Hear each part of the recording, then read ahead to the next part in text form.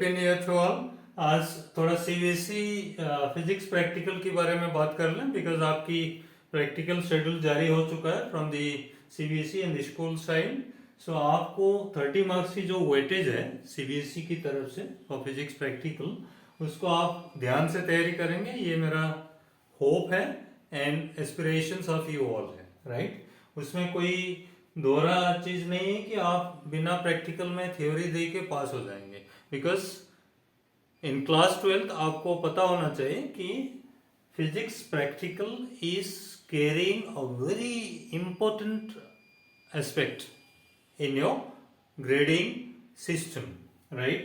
30 marks की है और 70 मार्क्स की आपकी थ्योरी है, ये तो पहले से आपको पता है, बट 8 एक्सपेरिमेंट्स उसमें होगा from both the section, 4 from each section, right? इसका मतलब है कि एटलीस्ट आपको 8 एक्सपेरिमेंट्स परफॉर्म करना होगा। आउट ऑफ दैट जो थ्रू आउट द सेशन आप परफॉर्म करे हैं 4 फ्रॉम each सेक्शन, उसको आप रिकॉर्डेड फॉर्म में आपकी प्रैक्टिकल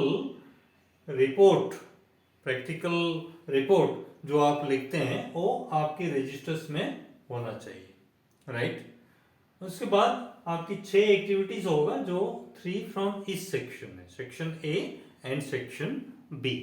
तो 6 एक्टिविटीज भी आप करे होंगे definitely, I am sure of, and 1 report of the project, 1 report of the project which was given by your subject teacher, physics teacher, right? तो ये आप ध्यान में रखिए कि आप 8 एक्सपेरिमेंट साल भर में करे हैं, 6 एक्टिविटीज परफॉर्म करे हैं और एक report of the project which was given to you तैयार है, राइट। ये अगर कंप्लीट है तो आपकी इवोल्यूशन स्कीम आप देख लो, राइट। 2 एक्सपेरिमेंट्स आपको करना होगा in the final examination, 1 from इस सेक्शन, और इसके लिए आपको 7 मार्क इच अलर्ट होगा। तो 14 मार्क्स की वेटेज आपकी प्रैक्टिकल्स की एक्सपेरिमेंटल एस्पेक्ट्स की है, राइट। उसके बाद एक प्रैक्टिकल रिकॉर्ड जो आप रिकॉर्ड बनाए हैं, फिजिक्स प्रैक्टिकल रिकॉर्ड, वो एक्सपेरिमेंट्स और एक्टिविटीज जो आप थ्रू आउट द ईयर कर रहे हैं वो सब रिकॉर्डेड होना चाहिए, जितना एक्सपेरिमेंट्स आप कर रहे हैं।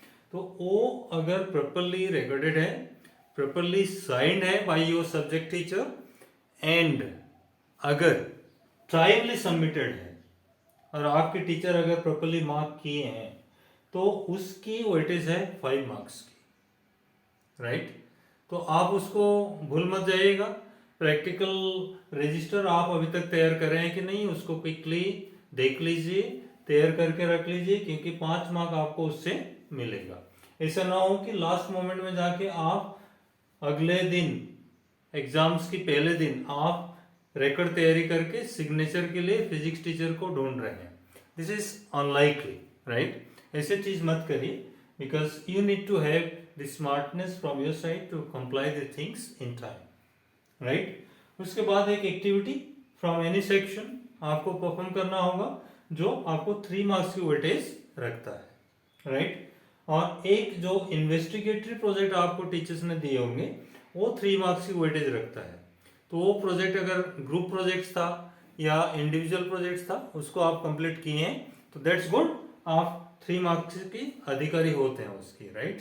तो आपको ये देखिए आप कैसे बाइफर्केशन हुआ है, राइट। और उसके बाद viva was based on your experiment activities and projects होगा, जो 5 मार्क्स की वेटेज रखता है, ठीक है। तो आप 14 + 5 + 3 + 3 + 5 30 मार्क्स की प्रैक्टिकल प्रिपरेशंस आप इसी हिसाब से करेंगे। Am I clear? तो आप जो भी एक्सपेरिमेंट्स परफॉर्म कर रहे हैं थ्रू आउट द ईयर, उसको ध्यान रखिएगा और उसको आप प्रॉपरली डॉक्यूमेंटेड करके डेट वाइज, जिस जिस डेट में हुआ था उसको रिकॉर्डेड करके आपकी प्रैक्टिकल रिकॉर्ड में एंडर्स करिएगा, राइट। क्योंकि आपकी प्रैक्टिकल रिकॉर्ड में एक्सपेरिमेंट्स और एक्टिविटीज दिखना चाहिए, both the section A and section B. Then only you will be getting the full marks out of that in your practical record, which carries your 5 marks. ठीक है। और जो activities आप कर रहे हैं, 6 एक्टिविटीज जो कर रहे हैं 3 फ्रॉम इस सेक्शन, वो एक्टिविटीज को भी ध्यान में रखिएगा, क्योंकि आपकी जो एक्सटर्नल आएंगे including your internal, of course I am not terrifying you all, आपकी जो एक्सटर्नल आएंगे वो आपको एक्टिविटीज की भी टेस्ट लेते हैं, आपको इसी के बारे में भी क्वेश्चन पूछते हैं, राइट। और जो आपके प्रोजेक्ट बनाए होंगे वो प्रोजेक्ट के ऊपर, बेस्ड ऑन द प्रोजेक्ट आप जो रिपोर्ट तैयार कर रहे हैं उसके ऊपर भी क्वेश्चन पूछेंगे, ठीक है।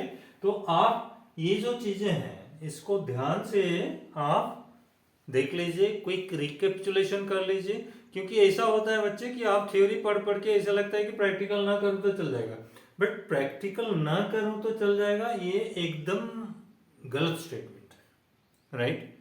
क्या होता है बहुत बार कि आप थ्योरी पढ़ पढ़ के आपने इतना नेगलेक्ट कर देते हैं प्रैक्टिकल को कि प्रैक्टिकल की ABCD नहीं आता।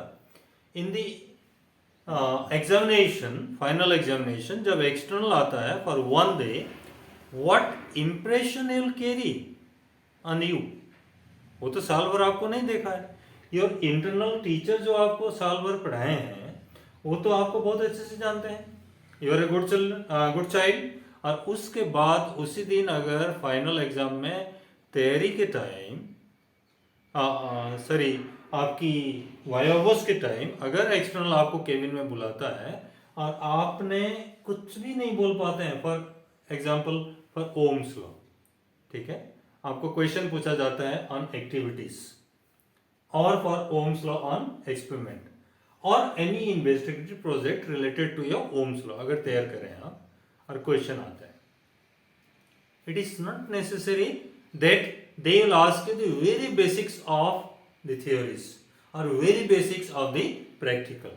एक्सटर्नल क्या चाहता है बच्चे कि आप कितना लेवल की थियोरी प्रिपरेशन कर चुके हैं for the board examination, and they want to get a probable marking scheme in their brain कि इस बच्चे को जिसको मैं वाइवा पूछ रहा हूं वो किस कैलिबर की है, वेदर 90% है कि 80% है कि 70% है, राइट। 70 के नीचे तो आप नहीं सोचना चाहिए, because of I am not telling you about the peer pressure, but keep a target, okay, above 70% at least any how at any cost, right. तो आप उसको ध्यान में रखिएगा। आप 0 होते हैं, कोई भी आंसर नहीं देते हैं, 1 2 3, question 1 no sir, question 2 no sir, question 3 no sir, then external को मजबूरन आपकी एक लो मार्क आपकी वाइवा में देना पड़ता है। और based on that viva is very very important aspect children, viva is very important aspect, because आप जितना चीजें कर रहे हैं उसको प्रीडोमिनेंट वे में डिटरमाइन करता है वाइवा, क्योंकि if the external is impressed on you the internal has to be, because दोनों साथ में बैठते हैं, और if they are impressed you will be getting almost the full marks out of 30, right. तो ये स्ट्रेटेजी को मत भूलिएगा। और आप अगर कोई भी एक्सपेरिमेंट्स या एक्टिविटीज या प्रोजेक्ट के ऊपर में कोई भी चीज ऐसा होता है जहां आपको नहीं आता और एक्सटर्नल आपको पूछ रहा है, तो don't bulb. Point 1, don't bluff at all, because the external is not liking your bluffing of the things, right? Be straightforward. आपको नहीं आता सर, अभी तक तैयारी नहीं कर रहा हूँ, एंड आफ्टर द प्रैक्टिकल मैं कोशिश करूँगा उसको रिकवर करने के लिए, राइट। क्लियरली ट्रांसपेरेंट वे में आप बताइए उनको, right. Don't try to bluff anything, don't give any wrong answer unnecessarily which will pinch you as well as the external and he will carry a negative impression, right? वो भी मत करिएगा। आप smartly on the day of practical आपकी record तो पहले से submitted होगा, आपकी इन्वेस्टिगेटिव प्रोजेक्ट अगर आपकी कस्टडी में है तो उसको केयरफुली प्रैक्टिकल हॉल में लीजिएगा। आप अपना इंटरनल टीचर्स जो शेड्यूल आपको जारी किए हैं, for example the batch systems जो भी है, जो डेट्स है, जो नोटिफिकेशन है फ्रॉम द स्कूल्स, उस सब को आप ध्यान में रख के अल्टीमेटली वेरी स्मार्टली आप तैयार रहिएगा, because this is month of January, right.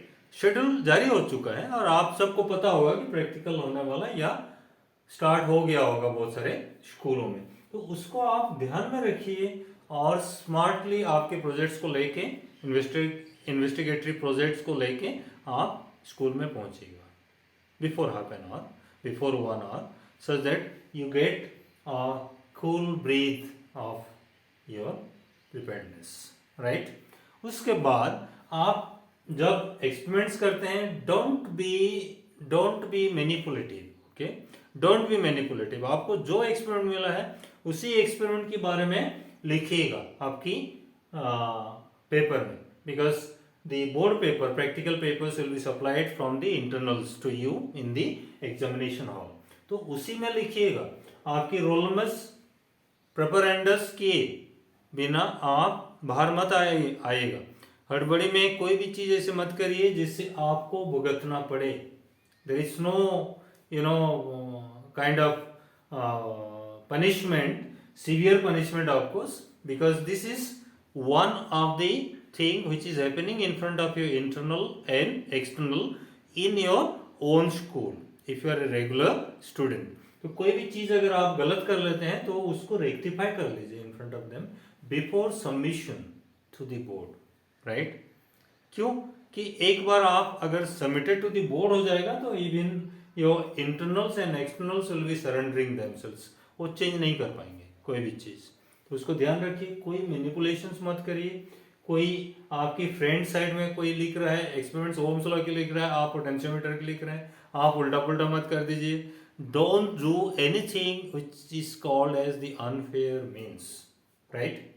और उसके बाद अगर प्रॉपर तैयारी करके आप एक्सपेरिमेंट्स लिखेंगे आपकी पेपर में, आपकी एक्टिविटीज को एंडर्स करेंगे और आपकी प्रोजेक्ट रिपोर्ट सबमिटेड है, तो आप ये जो आपकी मार्किंग स्कीम है ये अच्छे से देख लीजिए और तैयारी करिए। Best wishes, have 30 to 30 out of your practicals in physics, okay? Should I pray for that? I'm sure, and you'll be doing good. Thanks. Good day.